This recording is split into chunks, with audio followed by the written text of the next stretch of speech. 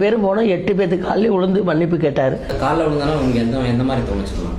நம்ம பிள்ளை விழுந்தா எப்படி மன்னிப்பு எடுக்குமோ அந்த மாதிரி தான் விழுந்ததுங்க. இப்போ நாங்கள் செஞ்சது தானே தப்பு, நாங்கள் பிள்ளைகளை கூட்டிகிட்டு போனது தானே தப்பு, யாரை சொல்லி இது இல்லை. ஆனால் இவங்க கூட்டிகிட்டு பாருங்க, என்னை மன்னிச்சுக்கோங்க ஃபஸ்ட்டு அப்படின்னு தான் கேட்டார். கேட்டுட்டு உங்கள் குடும்பத்தில் ஒருத்தரை எங்களை ஏற்றுக்கோங்க, உங்களுக்கு என்ன வசதி வேணுமோ செஞ்சு தரோம், உங்கள் குடும்ப பையனாக நாங்கள் பார்த்துக்கோங்க, என்னை மன்னிச்சுக்கோங்கன்னு சொன்னார். இப்போ இந்த காலில் விழுந்தார் அப்படின்னு சொல்லிட்டு சொன்னாங்கள்ல அந்த அக்கா, அதில் நமக்கு ஒரு கேள்வி இருக்குது.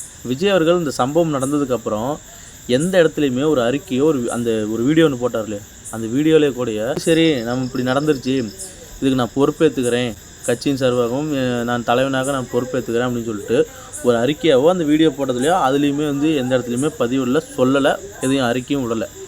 அப்படி இருக்கும்போது உங்கள் மேலே தப்பே இல்லை, ஆளுங்கட்சியின் சதி, திமுகவின் சதி, செந்தில் பாலாஜி அவர்களின் சதி அப்படின்னு சொல்லிட்டு நீங்கள் பாட்டுக்கு சொல்லிட்டு இருந்துட்டு தப்பு செய்யாத நீங்கள் ஏன் பாதிக்கப்பட்ட குடும்பத்தினரின் காலில் போய் விழுறீங்க?